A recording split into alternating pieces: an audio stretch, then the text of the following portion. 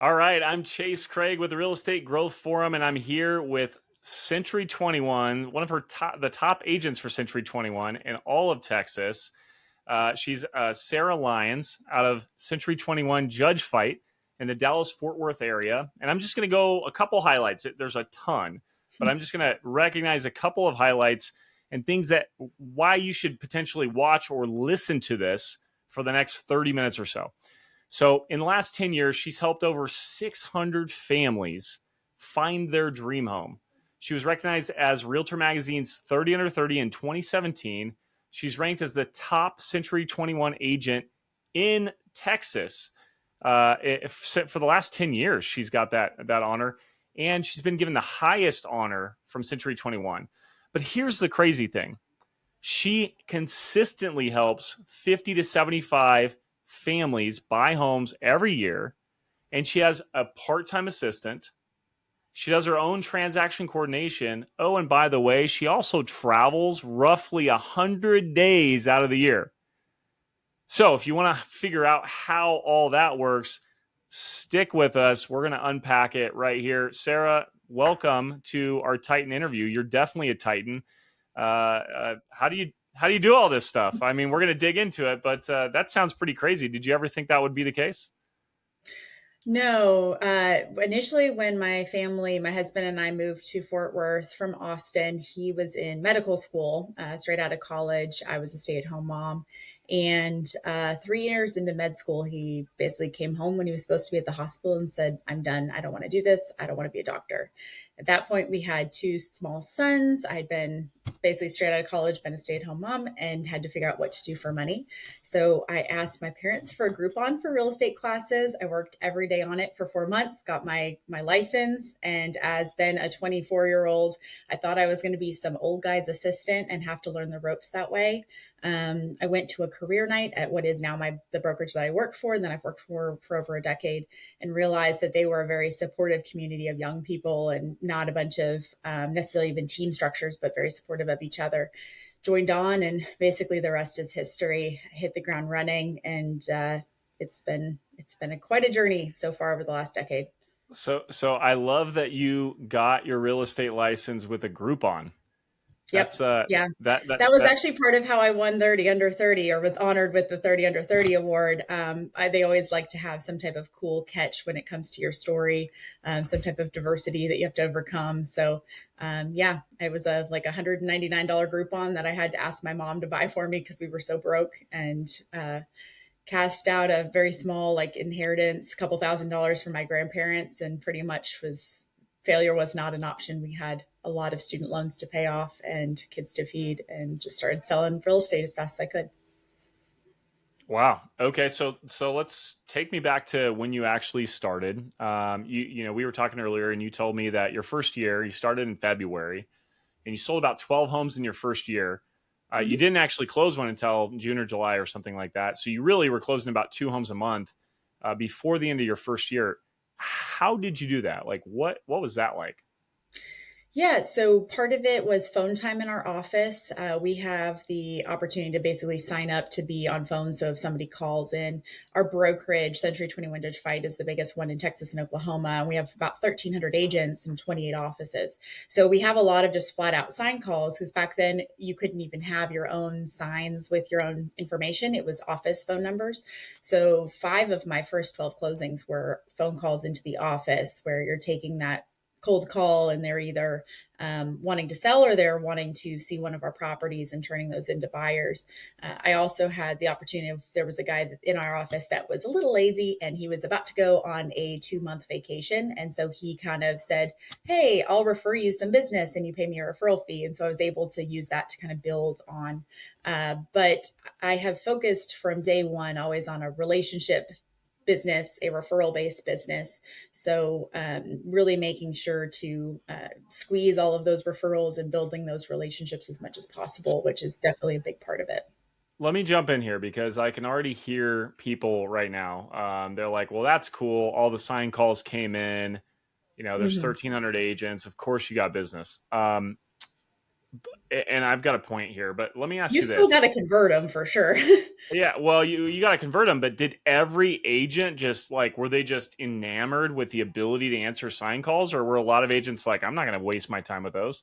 Oh yeah. Oh yeah. There's a lot of agents. I mean, I don't do phone time now, but a lot of our newer agents, that's what they're doing. But you have to be able to take that person calling about a specific listing that's under contract and be able to actually, build that value to that person and explain to them why looking on Zillow isn't the best resource. And that's why they didn't realize it was under contract. And can I set you up on a portal and da da da da da. So, my mentor, who's now retired, always focused on teaching. They don't care how much you know until they know how much you care, but then also teaching the fundamentals. So my role is to educate and advocate, and making sure that you're providing that knowledge to consumers, and so they can trust and believe in your abilities to help guide them. It's really important. So it's interesting that the bulk of your business came from opportunities other agents didn't want or didn't have time to take care of, or maybe were lazy. I mean, that's kind of what you're saying. Like an agent's like, meh, you can take these leads. I'm going on vacation anyways. And then a lot of Mhm. agents, the only reason you got to answer the sign calls is because other people weren't, right? I mean, that's the reality. Yeah, So, potentially. so if we fast forward to today, maybe the sign calls are less prevalent. Maybe they aren't with your brokerage. Every brokerage is a little bit different because now you have agents have their own branding and their own numbers, right? I'm assuming. So Mhm. maybe the sign calls are less opportunity. But do you still hear agents complaining about like, well, that's not a good opportunity? Do you still hear that in your market at all? Not in my office specifically, because like our office has 50 signs they can borrow. I have my own signs now with my number on them. But if somebody just calls off the internet on a listing call, just because they're not the listing agent doesn't mean they can't have the opportunity to call on it. Mainly, a lot of the agents in our office, especially newer agents, are really focused on door knocking. A lot of them are calling the expireds and canceled and stuff. Personally, I focus my energy on my past clients, and building referrals, by doing client parties and doing pop buys. We're coming into Thanksgiving, so having a big pie party for the past clients and giving them pies, that kind of thing. So Well, my we're gonna energy we're is gonna spent we're gonna calling those unpack people. that. Yes. I think the point is like 10 years ago, you had this Mm-hmm. opportunity that maybe someone doesn't have in their brokerage. But the Mm-hmm. reality is, there's always opportunities other agents are not willing to take advantage of. And and Open and I houses are think that huge for the, that. the takeaway for me would be like, what are those opportunities? So if you're listening to this and you're an agent in another market, like what are the opportunities in your market that other agents don't want or are not willing to do, or they don't have time to do, or whatever the case may be. So Mm-hmm. I do want to get to your sphere. I'm assuming, year two rolls around. You're not just throwing client parties and having sphere deals left and right. I'm sure you had to build into that. Like, what was your ultimate niche, if you will, like before the sphere deal started coming? Like, what did you find out that you did really well? The education part is what I've really done well. So doing open houses for other agents, and somebody will come and look at the house. Well, it's asking those open-ended questions, realizing that person has been looking at multiple open houses and just kind of afraid to ask questions, or not found an agent that they believe in enough to provide them value enough to stick with. So I still will do my own open houses, and when I'm doing them and meeting with a buyer and finding out they don't have their own agent, and then finding out those questions of like, well, why are you looking in this area? Where do you live now? And actually opening up the laptop and going through a buyer's presentation and actually providing them that education, because there's so much misinformation. Specifically, like, I'm a millennial, so helping people, millennials, as far as like they've listened to their parents, their coworkers, their friends, but they know they need a trusted advocate. So helping provide that information so they feel confident and empowered with what the process looks like, because they just don't know. Got it. Got it. So education has been a foundation to your value that you provide to clients. So Mm-hmm. so Yeah. so how did you get educated yourself? Like you said, you had a mentor. Was there any Mm-hmm. other pieces that helped you kind of learn the business? Yeah, my mentor being a big one. He had been an agent since 1990 and just retired last year. But his whole thing was really making sure that I had role played and practiced the listing appointment a lot, practiced the buyer presentation, really read and understand the contract. So whenever they ask questions, you can actually point and say, like, this is the information that you're asking me for, and this is why. it is that way. So really educating myself on their rights and making sure I can articulate that to the consumer is really important. Also, our brokerage has everybody go through the Brian Buffini program. So doing a referral based mindset from day one. So I was always having those conversations with current clients of, oh, by the way, I'm never too busy for your referrals. That's the Buffini, the phrase. I've personally kind of changed it. And normally I'll say, send a group text and I'll take care of the rest. That's my call to action with my clients is don't give them my business card. Don't tell them to give me, oh, you need to use her. I want them to make a warm introduction. So send the group text and I'll take care of the rest. That's awesome. So that's an interesting tagline. Walk me through that a little bit, because obviously you work a lot by referral and sphere deals. So, if how are you teeing them up to refer you in the first place? Because oh, by the way, I'm never too busy for referrals. That's the tee up. But you're saying, hey, send me a group text and I'll take care of the rest. But I'm assuming there's more to it than that. Like, how do they know that you're available and have time to help other people? Absolutely. So most of the time when I'm doing the listing presentation, I mean, a lot of times they already are a referral. So they already know that's how that started. But when I'm doing the listing presentation, I talk about how I work my business. I have a picture of a couple of my past client parties. And I say, I personally spend my time, my resources, and my energy on my current and my past clients. Now that you're going to be part of my group of people, you're part of my tribe, you're going to be invited to all of these things. The way I'm able to do that is by making sure that I get more business from my past clients. So when assumptive close, when you have a neighbor or a coworker or a friend or a family member that inevitably needs real estate services in Fort Worth, Texas, in our market, just send a group text and I'll take care of the rest. So I'm putting that even at the listing appointment or at the buyer consultation into their mind of, this is how I work my business. I need your help making sure that that happens. When it happens, this is how you do it. And so it makes it a I lot love that. easier for them to be able to actually do it. That's so great. That's awesome. Thank you for sharing. And I think that's a key piece. Like you're telling them through the presentation, like, you're going to refer me, and when you do, this is how you do it. Yeah. Side note, if you're listening and you're like, damn, I should have been doing that for a long time and I didn't. I've found in coaching real estate agents all over the country that they'll oftentimes they run into this, like, oh, I give your card out all the time. Or they might even say, hey, I need more cards. I ran out, or whatever the case may be. Or I gave your phone number to someone. Couple things. One, that's your opportunity to correct the action, right? Because you don't Yep. want them to give your card out. Yep. Because I mean, the amount of calls I've gotten from my card being handed out has been basically, not enough to even talk about. But if it's a group So, email or a group text, totally oh, different. They're going to feel like they need to respond. exactly. The client is going to forget to give your card out, and the person who gets your card is going to forget to text you or reach out or whatever. But you're never going to forget. But here's the thing: if they say, "Hey, I ran out of cards. I need your card," or I give your info out all the time, immediately be like, "Thank you so much. Who did you give it out to last?" And now you get a name and phone number, and you follow up, and then you correct the action. Hey, in the future, would you just put me on a group text? It'll be so helpful. Mm-hmm. So a little tip for you in case you're too late, like maybe some of us are. So Sarah, I really want to dig into this a little bit, because you're doing 50 to 75 home sales per year. A lot of agents would say that's full time, and they'd be like, that sounds really busy and chaotic. But you're also traveling 100 days out of the year. I mean, you just told me that you take your family and your kiddos to Europe for typically like 3 to 4 weeks. You also have like a vacation home you go to for 2 to 3 months. How do you do it? What's the secret? So a lot of our jobs don't actually require us to be in person. And I had this limiting belief for a long time. So it was a stretch goal to be able to go to Europe for a month. And there was obviously a lot of planning that went into that beforehand. I have a licensed assistant who's been with me for the last 8 years who pretty much just covers me as far as like when I'm traveling or if there's a last minute showing and I'm booked.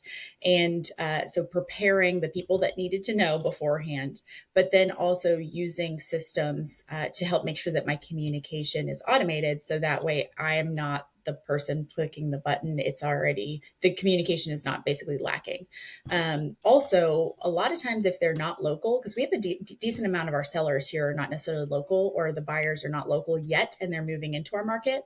So I normally will do Zoom consultations with them. They don't need to know where I am. I can just schedule it in a time that will accommodate me being out of the country. So I did last year, we were in the UK for 21 days, and I did a listing appointment when I was in Wales, and I just scheduled it for an evening. And he didn't realize that I mean, I had my background blurred and just did the presentation because he wasn't a local seller. So it didn't even matter for him.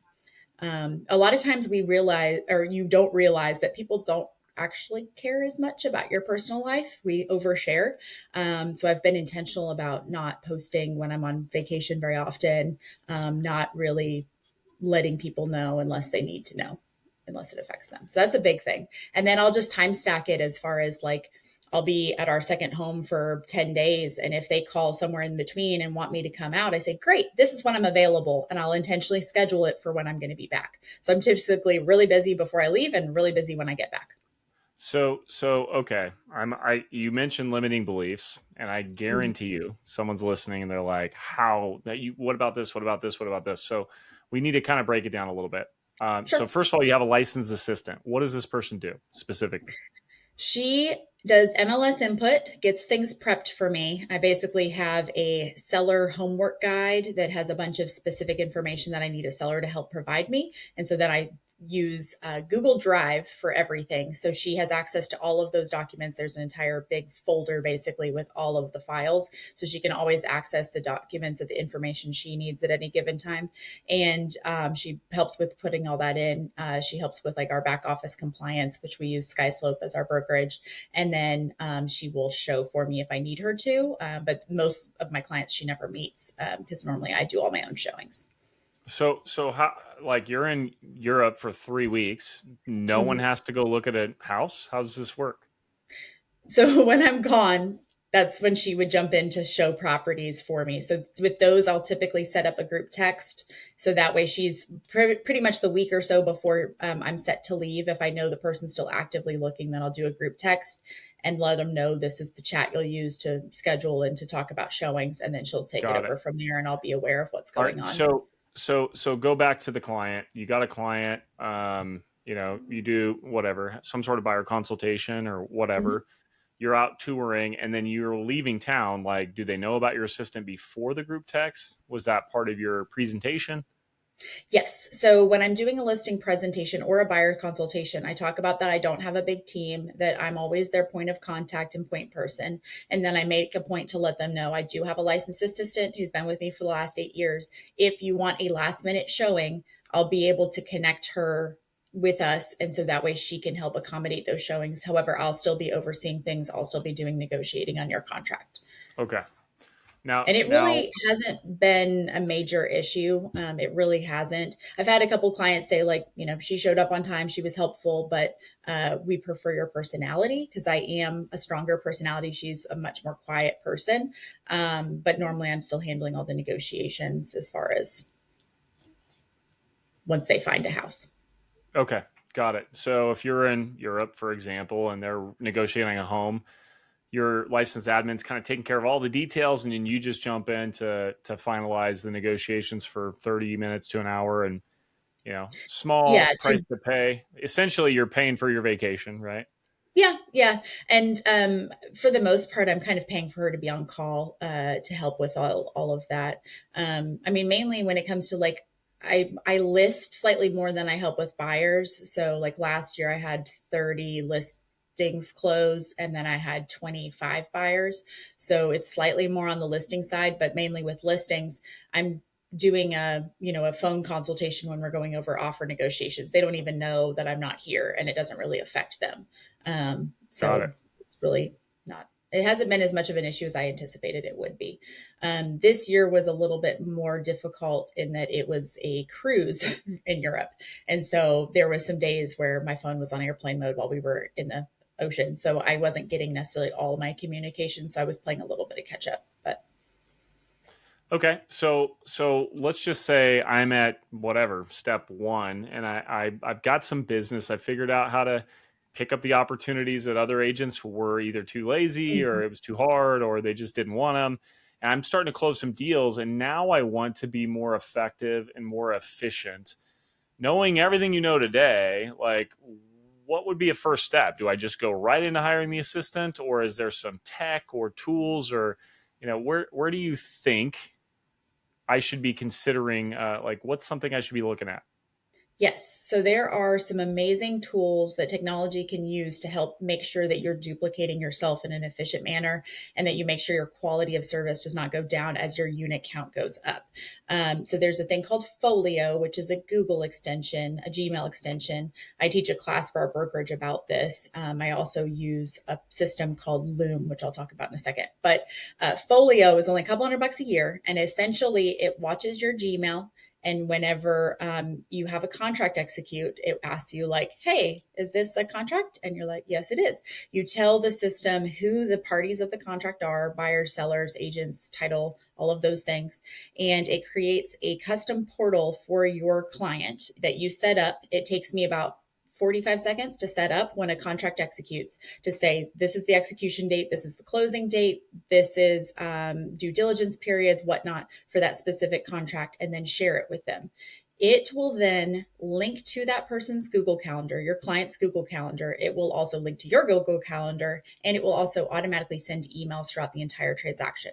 So I've used that system to essentially take all of the repetitive questions that you want to make sure to not forget, and that some people, especially if they are a visual learner versus an auditory learner, they will not necessarily take all that information in. So you want to give it to them in bite-sized chunks throughout the entire transaction.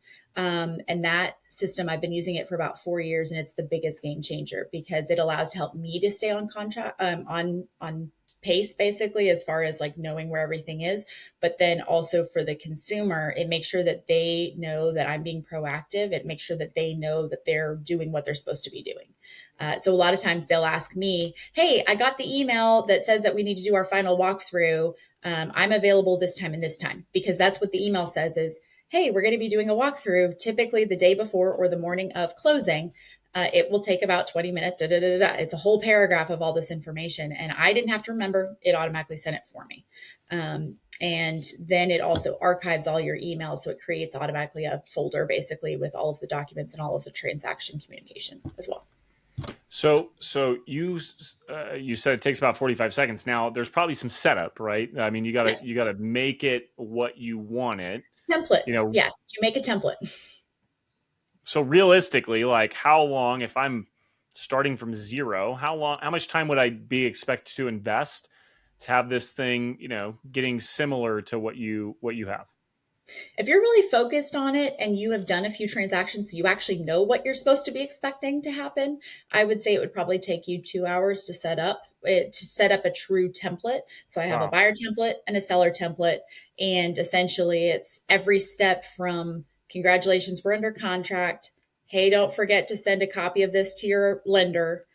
Here's where the option money and the earnest money goes. Here's some home inspector information, like a whole paragraph of, here's a bunch of home inspectors, here's what they'll look at, etc. And then so on, appraisal, financing, protection, all of the things. And then I even have it post closing, reminding them to file their homestead exemption, reminding them to leave a review with a bunch of different links as far as easy ways to leave a review. And even like 3 months later, don't forget to change your AC filter, like just even further than that. Wow. So it's, I mean, essentially, like, not only doing transaction coordination for you, it's also, a little bit of a CRM helping Yep. you, stay in touch.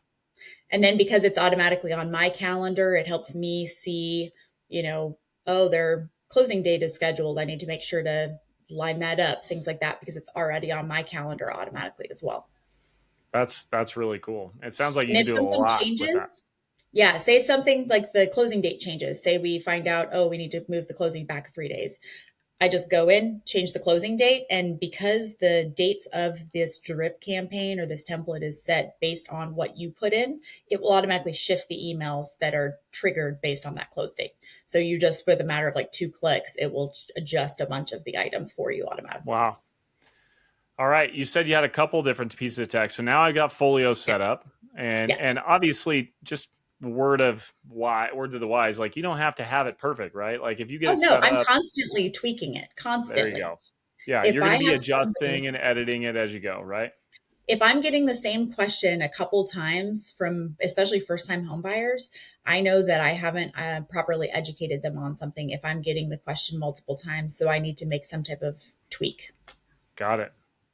Yeah. I used Okay. to do this in a massive email that was basically a Word document that I'd copy and paste, and I would have different dates highlighted. That used to be my old school way. And I would get so many questions because there was one really big email and it was at the beginning. And so 2 weeks later, they would forget to reference that email. And so this is definitely a much more streamlined way to do it. So less overwhelmed. So I know you had one more piece of tech. Let's talk about that, and then we'll wrap up. We got a few minutes left here. So what's the Sure. other piece of tech you think that people should consider? So there's another really cool piece of web technology called Loom that I actually only recently became aware of. And essentially, it allows you to do a really easy screen share system. And it also allows you to have your little face bubble in the corner or just your picture. But it allows you to click and pause to cut trim pieces. It also has a really nice AI tool that will automatically remove the ums and the pauses. It will also transcribe the whole thing. It will also create the prompt and like a summary all automatically within their system. And it's like $100 a year as well. And that has allowed me to be more effective with market analysis, be more effective with keeping up with my past clients. I used to, as far as part of my value to my past clients, is to do an annual market analysis for them. And I would have basically a large envelope, market analysis, hand write on there, based on the current thing. I estimate your house between this and this. And I would hand write it and then snail mail it. And for some people, yeah, getting a piece of mail is kind of cool, but doing it electronically allows them to watch it, rewatch it. It's more dynamic. It has my picture or my live video, depending on how I feel that day. And so it's also an opportunity for them to see my face again. And I get an alert when it's opened. So what I've started doing is anniversary emails and basically doing a live market analysis. Hey, here's a picture of your house. Here's what I've found. Here's what the market analysis looks like. I'll send you an email. If you want some more information, just let me know. And I'll basically send that to them in an email. So I get an alert if they've watched the video. And then it's an easy way to follow up with them. And it doesn't cost me anything. I can do that from literally anywhere as well. Wow. Wow. Yeah. On the beach, picking up new leads so you can pay for the next vacation. So Yeah. Pretty much. this is so cool. It's been really interesting to figure out how you do business, and I just think people would be blown away to know that you could sell 50, 60, 75 homes in a year working, a two-thirds of the year, one third of the year you're on vacation essentially. Yeah. That's really, really, really interesting. Plus you do your own transaction coordination, and I Well, it think kind of most does people's itself. heads would explode here. So It kind of does itself. I mean, templates are something that I think that some people, like my brain just works that way. My brain works in templates, and how can I make this more streamlined? If I'm doing something multiple times, how can I systemize it? sure. And even using just with Gmail, you can create templates. And so if I have a template for something and I'm able to just make a few changes, it's a much better system, and it saves me a lot of time to be able to make sure that I don't have to redo the same thing over and over again. Okay, well, just a reminder for everyone listening and watching. This is Sarah Lyons. She's a titan, a real estate titan out of the Dallas Fort Worth area. So if you have a referral, someone moving there or someone trying to sell their home there, I'm sure she would be an amazing person to take care of them. And just last question, super short and sweet. Like, if there's one piece of advice you can go back and tell yourself when you started, like, what is it? What's the one piece of advice you wish every new agent out there had? That's a great question. So to me, it's treat business like business. So often I find new agents, especially if they're thinking I'm going to start part time and they're not fully able to jump in with both feet. They kind of do it on the side as like a hobby. And if you want this to pay you like a full time job, you have to treat it like a full time job. So you show up prepared, you practice, you role play, you know that script inside and out as far as like your presentation. You dress ready to impress and you are present. Also, keeping track of your money because a lot of times people are not really focusing on the profit and they're just thinking, like, oh, it's a sale or I'll help someone out. And treating it like a business is just one of the biggest things I see people, new agents, mess up on. Not All right. practicing enough, not practicing those presentations, not role playing enough, and then not really treating it like a real job. It always blows me away. Someone will go for work for a company full time for 15 or $20 an hour and show up every day and do the work for 8 hours a day. Then they come over here and have the potential to make, two, three, four, $500 an hour, and they work 1 hour a week. Yeah. It blows me away. So, Sarah, Yes. you've been incredible. You truly are a real estate titan in your own way, and I love your story. I love what you've built. I know you were telling me you had a 5-year plan to basically sunset, and I'm so excited to circle back with you and see how that goes in the future. Thank you so much for sharing, and hope you guys enjoyed this interview with Sarah Lyons with Century 21 Judge Fight in Dallas Fort Worth area. Be sure to send her all your business if you have any you need help with. So, thank you guys so much for checking this out. Yeah. Well, yeah. Say that again one more time. Send a group text and I'll take care of the rest. Beautiful, beautiful. All right, guys, enjoy your days. Go slay it out there.